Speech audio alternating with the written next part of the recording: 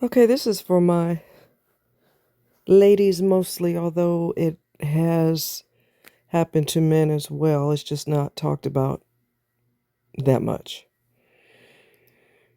But because this is pertaining to a woman inside of her marriage, I'm addressing this at ladies, although this, like I said, this may apply to men as well. This is going to be really tricky topic because nobody wants to talk about it. There's a lot of shame and embarrassment around this topic. And it technically shouldn't be, because if you were on the receiving end of such behavior, you shouldn't feel the shame and embarrassment. The person who did it to you should be embarrassed. But somehow, when someone is victimized, they end up feeling horrible, and the person who did it could care less. What I'm talking about is sexual assault, and the four-letter word starts with an R. If you've been on the receiving end of that behavior, okay? Somebody dropped something in your drink, somebody took advantage of you, someone grabbed you when you walked by, pinched your rear end. Yes, that's happened to me before. Grabbed your breast, or full out broke into your home and assaulted you, or assaulted you in an empty building at night, or whatever, wherever, but you were on the receiving end of this, either from a stranger or from a family member, because this does happen in families. And a lot of families know that this is going on, and they pretend they don't see it, because men are allowed to do whatever the hell they want to do in our society. If they are sexually inappropriate, hey, you need to dress better, or cover yourself from your neck to your feet so that he doesn't get ideas. It's directed at the woman and almost never directed at the man, okay? Especially in families. People know something weird's going on. They've seen evidence of it, and they pretend they don't. Anyway,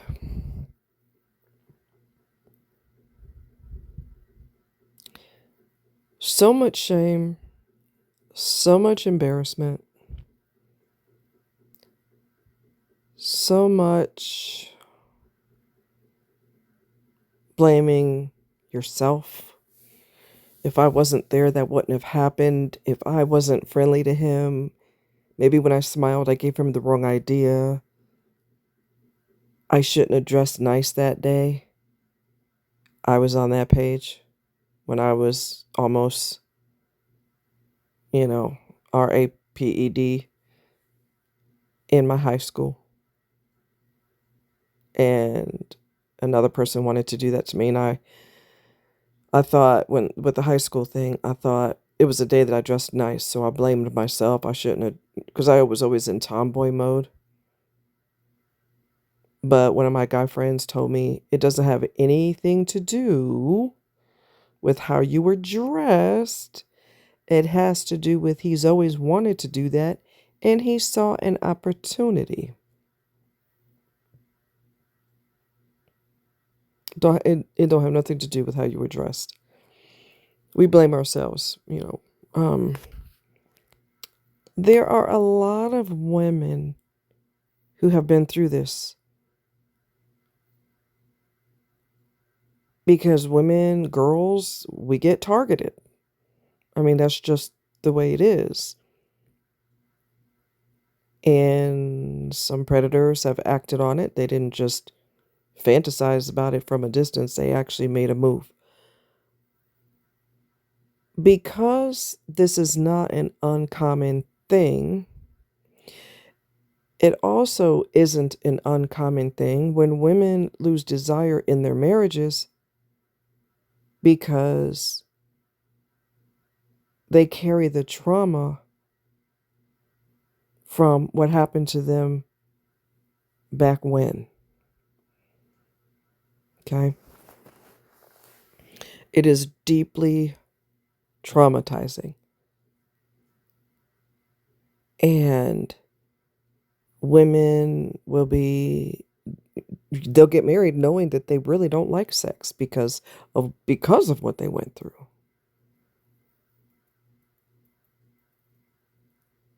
This couple called in to or no, I'm sorry. Wrong. The husband called in, and he's in a sexless marriage, and he is not like your average man. He is he's exceptional. He is wonderful. He's been with her for, I forget, endless years, and he's in a celibate marriage because she's had trauma in the past. She's not interested. They do have a child because the one time back when they did do something, she did get pregnant, but she doesn't want to talk about it. He's not the type to step out on her. He loves every bit of her being. He would never cheat on her. He would never step out on her. Most guys will. And that's when they're in a good marriage and they are getting sex. All right. Did I go there? Yes, I did. He is a man of integrity. He will not step out on his wife. But he's at the point now where the lack of communication, the refusal to cooperate in therapy, because they have been in therapy because of this. I think it's been going on for 25 years. No sex, no touching, peck on the cheek, or on the lips, quick peck. And I commend him for talking about it. And I commend him for not using that as an excuse to cheat. Well, I'm a man and I have needs and I'm not going to be a monk. I'm going to go out and do something with somebody. I don't care. He's not that type of guy. She has no idea how lucky she is to have him. Okay, I was cheated on and he wasn't wanting for nothing. Okay, I took good care of him and he took care of other people with his pants down. So she's real lucky to have him, and she's lucky he's not a cheating bastard. Okay? It kind of puzzles me because I don't understand how you could carry so much trauma pertaining to that. And then you think you're going to get married. And then you go ice your husband out sexually and everything's supposed to be okay. Why did you get married? You're expected to be intimate with your husband. That's part of marriage. It makes no sense. And if any of you listening to this are carrying the same weight of the trauma, and you supposed to get married, or you in a relationship with somebody and it's getting serious, you better tell that man what's really going on. Because don't marry him, get engaged to him and marry him knowing that you going to ice him out. That's not fair to him. It's not fair to you. That's illogical. You cannot honestly think that you're going to marry somebody and never hold their hand, never kiss them passionately, never flirt with them, never chase them around the house with the spatula, spanking the person on their rear end. You think that you going to just sit there and be like a nun and a priest when you're married? You got to be kidding me. You've got to be freaking kidding me. I don't know what possessed her to marry him, knowing that she was carrying this weight, this psychological, heavy, heavy, heavy weight that is probably loaded with shame. And it shouldn't be because she didn't do it to herself.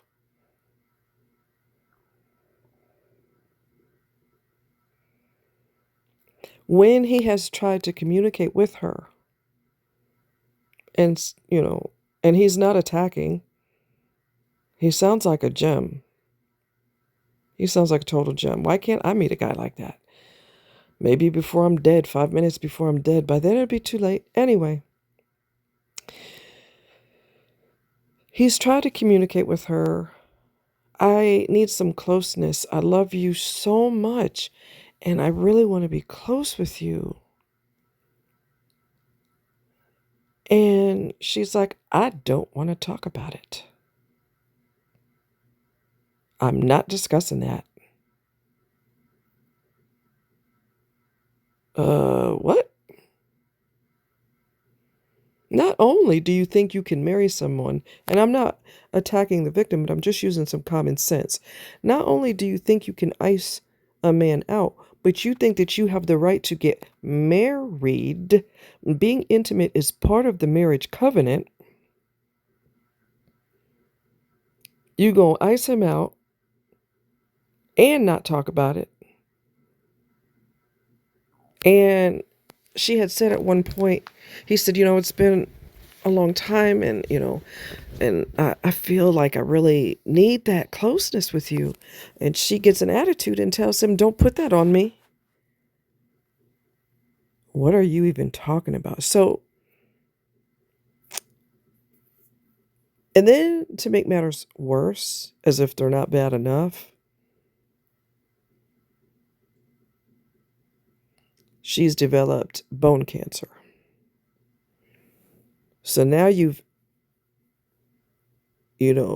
there's a compilation of the psychological block against physicality and then the physical block because she's got pain in her pelvis and her back and wherever else she's got pain, going through, procedures and this and that, and that's not conducive to feeling sexy towards your spouse either. And this is what I mean when I say that abstinence will get you single. He has every right to say, I can't do this anymore. I don't want to be celibate the rest of my life. He has every right to walk away. His choices are he could stay with her and realize that he's going to be sexless for the rest of his marriage, the rest of his life. Or he can make up his mind, I love you to death. It's going to kill me to walk away, but I can't cheat on you. I love you too much, but I can't do this anymore. And she'd have to deal with whatever he chose. Obstinance, to me, is worse than stubbornness. Obstinance is, I'm not doing it. I'm not discussing it. I don't care how you feel, and stop bringing it up. Really? That is when people say, all right, well, I'll tell you what. I'm done. I'm going to walk. Have a nice life. I'm done. Because when people get like that, no one can get through. Their head is like titanium. Nobody can break through titanium, and they're not going to sit here and have war with you because you're getting more and more heated because they done told you I'm not discussing it, stop bringing it up. And then you get angry that they're not taking you seriously, and next thing you know, you're having verbal war. Both of you've got red faces and veins bulging in your face, and people are not going to do that with you. They're going to try to have discussions with you. They're going to try different ways to approach the topic, and if you continue to be obstinate, I'm not doing it, zip it. I don't want to hear nothing else about it. You don't have to hear nothing else, but you can hear when my lawyer reaches out to you, you will notice that. You're going to pay attention to that.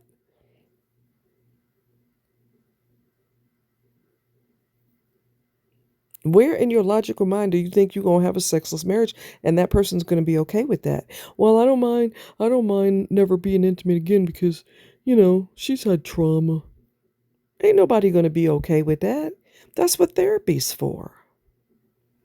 And she don't want to do it. And she would go there and not communicate and say something stupid like, "Well, I don't know what I'm supposed to say." What, you know exactly what you're supposed to say. You start with why this is going on in the first place, where this originally started from. It started from, when you were first assaulted.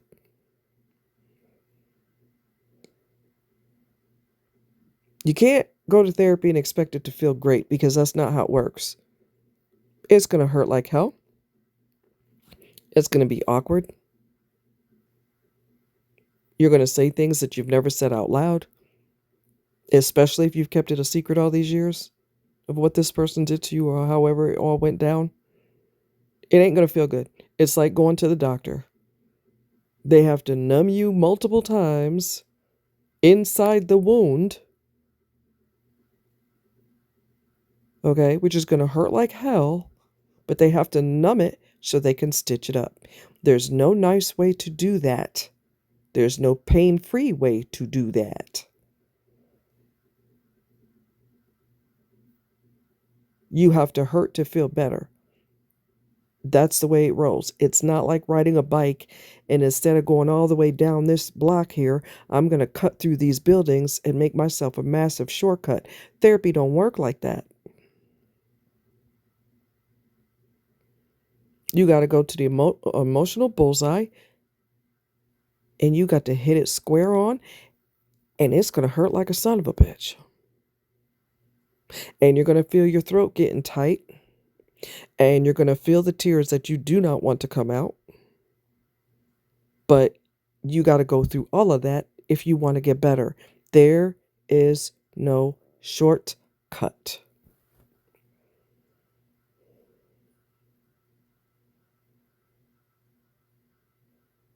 If you know that you're supposed to marry somebody, or y'all's relationship is so serious that it is probably leaning in that direction, and you haven't been to therapy, you better tell your partner what's really going on. Because they don't want to sign up for a sexless marriage. They don't want that. Man or woman, they don't want that. They want to be intimate with their partner. I'm talking healthy people, not people who get married and still act like they're single by screwing other people. We're talking about normal people who don't do that. I love you and I would never do that type of deal, okay? And her situation, like I said, is complicated even more because of the physical challenges that she's got with this, the extreme pain. She's going through the pain of the procedures and, you know, the whole bit.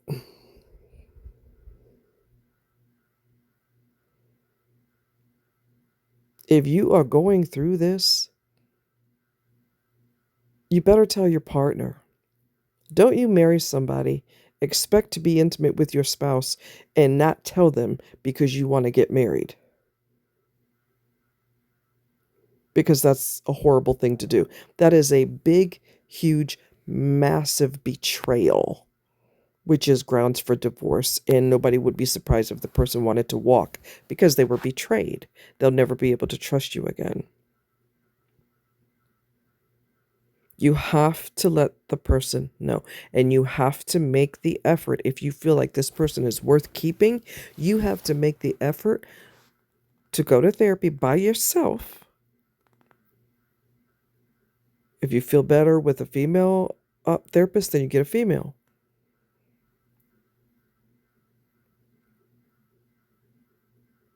But you cannot marry someone and then decide you're going to keep your legs shut.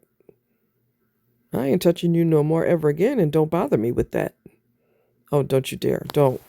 Because when you get served divorce papers and you are possibly going to die from this cancer,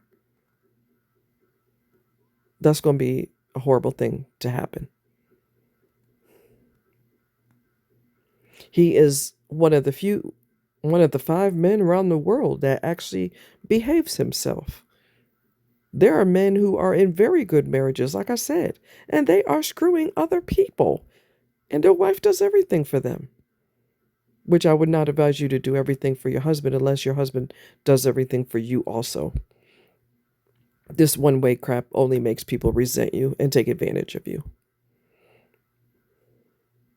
Been there, done that, got the t-shirt. You cannot enter into a marriage and decide, I don't want to do that no more. Just, that's it. Don't bring it up. You must be out of your mind. You can't do that. Nobody put a gun to your head and forced you to marry this person either. You know that being intimate is part of it. If you don't want to do it, you don't marry that person. You let them marry someone else. Especially if you're not going to discuss it and you're not going to go to therapy. And I don't know what you want me to say. You know exactly what you're supposed to say, but you just want it to feel good. And that's not how therapy works. That's not how it rolls. That's not how it rolls at all.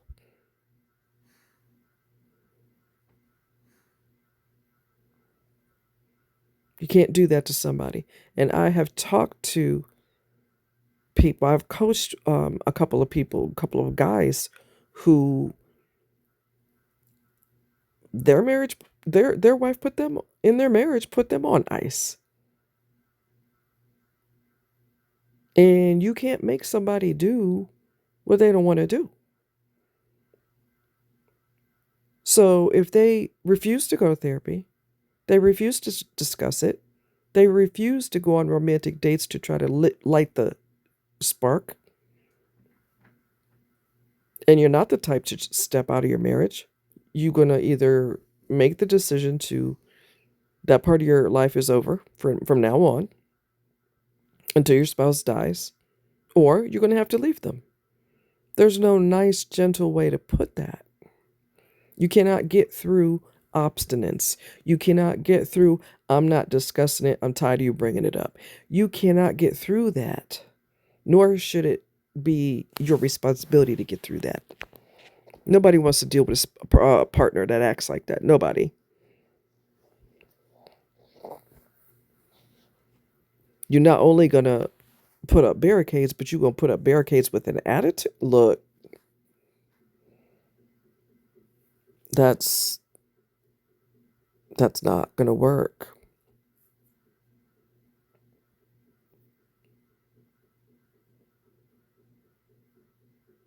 That's just not going to work. I remember there was a time when, y'all know I'm transparent with y'all. There was a time when I was trying to talk to my so-called husband at the time, whatever that means. He was never one of those. And he was sitting on a couch. This is when we read newspapers. He's sitting on a couch with the paper open and he's ignoring me. He's not responding to me. He's reading, looking at the paper and totally tuning me out. I picked up something off the coffee table and I chucked it at him. He's like, all right now. I said, well, now that I have your attention, this is what I'm trying to tell you. Now, I would not advise you to throw things at your spouse, but he got on my god dang flipping nerves. You're not going to sit there and be cocky and arrogant like I am totally irrelevant and you're going to do something else that you want to do. I'm not having that with you. People get surprised when you react in a way that's negative. Well, what did you expect? Look at your attitude. You think they're going to give you a foot massage? You're being a horse's ass. That doesn't bring out the best in people. You big dodo. It does not bring out the best in people. You're not only going to ignore them, but you're going to be arrogant about it. Like, I just pretend I don't hear your mouth. Really? Okay.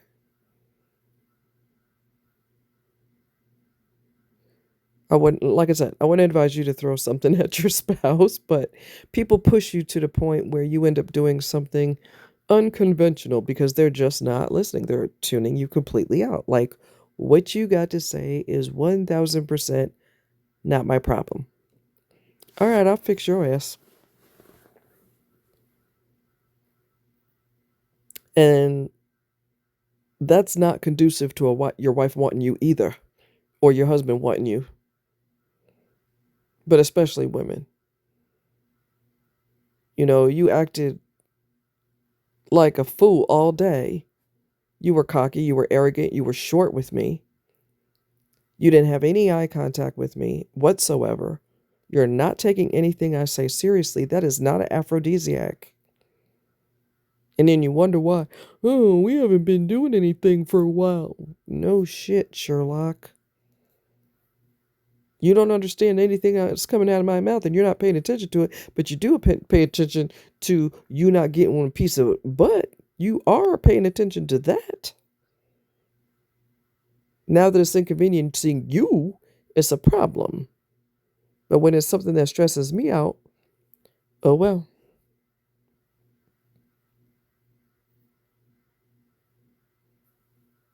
She has got one of the best husbands a woman could have, and she don't even see what she's got right in front of her because she's stuck on resisting getting better. This is a common occurrence where wives shut their husbands down. And it's not always a situation of an assault. Okay. Sometimes it's because of other types of traumas. Sometimes it's because, like in my case, when I was married, I shut him out. I became celibate for 10 years, the last 10 years of our marriage, because I am not important to you. What I have to say is irrelevant. That doesn't make a woman hot for you. It just doesn't. It doesn't. Okay.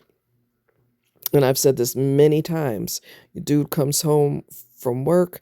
Ladies, do not jump on your husband right away and bombard him with what's been stressing you out. Let him decompress from work.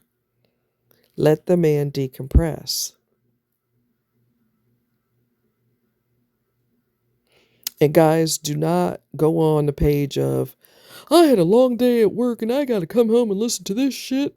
No, you don't, actually. You can come home from work one day and the house is empty because she hit the road, Jack. Watch it. Sometimes the things you say cause you to, you know, to walk on thin ice because people are going to talk to you but so much before they say, okay, I'll tell you what, I'm done talking.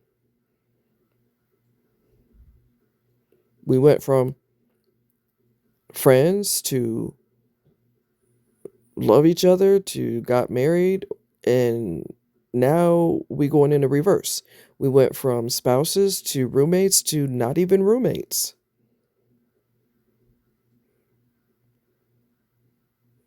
Your mouth and your attitude can cause you to lose your marriage or your relationship.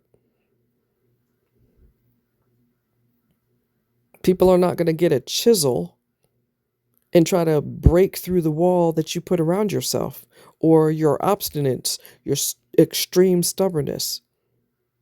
They're not going to, come on, talk to me, talk to me, talk to me, talk to me. Why are you acting like this? I don't understand why you're resisting me. Look here, people are going to get sick and damn tired of having the same circular conversation with you. They're not going to do it anymore. And a man all of a sudden gets a clue by the time the woman has completely shut down. She don't want to touch you, kiss you, hold your hand, give you a hug, nothing. Don't want to be intimate with you no more. Don't want to communicate about Zippo. Now all of a sudden you see that your relationship flashed before your eyes. But she about to walk out the door. And all of a sudden, wait, let's talk. No, no, no, no, no, no, no. It's too late for that. When a woman goes cold, and this is a different scenario from what I was talking about, where she's icing him out sexually. But by the time a woman gets cold enough to ice you physically and sexually, and she don't care what you do, there ain't a damn thing you could do for that, because she gave you a million opportunities to fix it, and you, in all of your machismo, your macho attitude, decide, I don't want to hear it. Yeah, I heard you. I heard you. You're mouth and your attitude will get you single. And she's not going to have these come to Jesus meetings with you all the time. She's going to eventually go, okay, cool. And she's getting ready to go to the point of no return. And there's nothing you can do to fix it. And there's nothing you can do to save it. It's done. It's a wrap.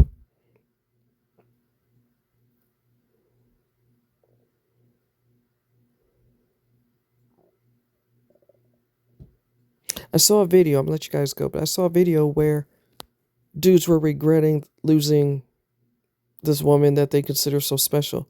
But you know what I find odd? The majority of them said, I mean, she cooked for me, she cleaned for me. Right, she did everything for you. And you miss that because now you have to do for yourself. Not a one of them said she was original, she's unique, she had a great sense of humor. We had great times together and it's killing me because I want to get back to that. No, They miss being treated like a king.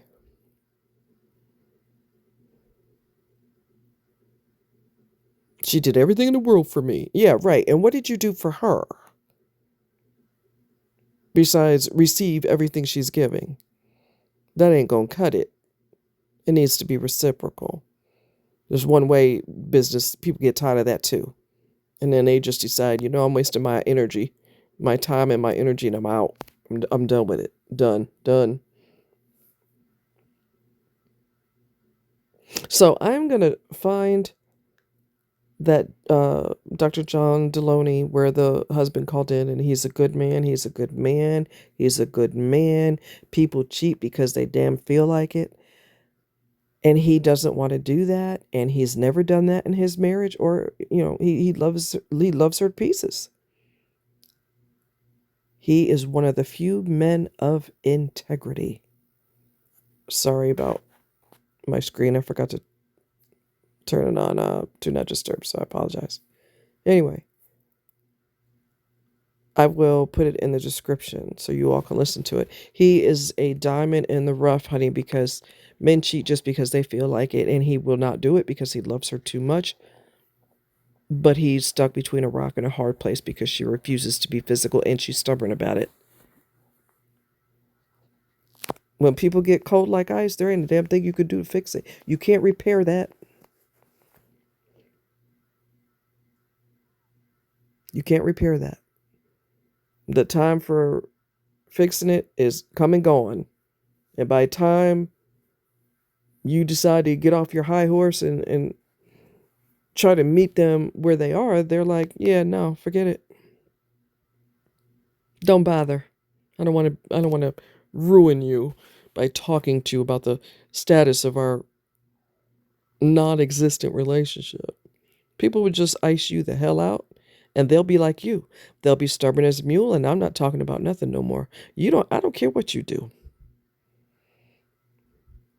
And then people feel like, oh my God, I gotta fix this. You can't fix it. You had a lot of opportunities and you threw them all in the trash. So now you gotta face the music. It's just the way it is.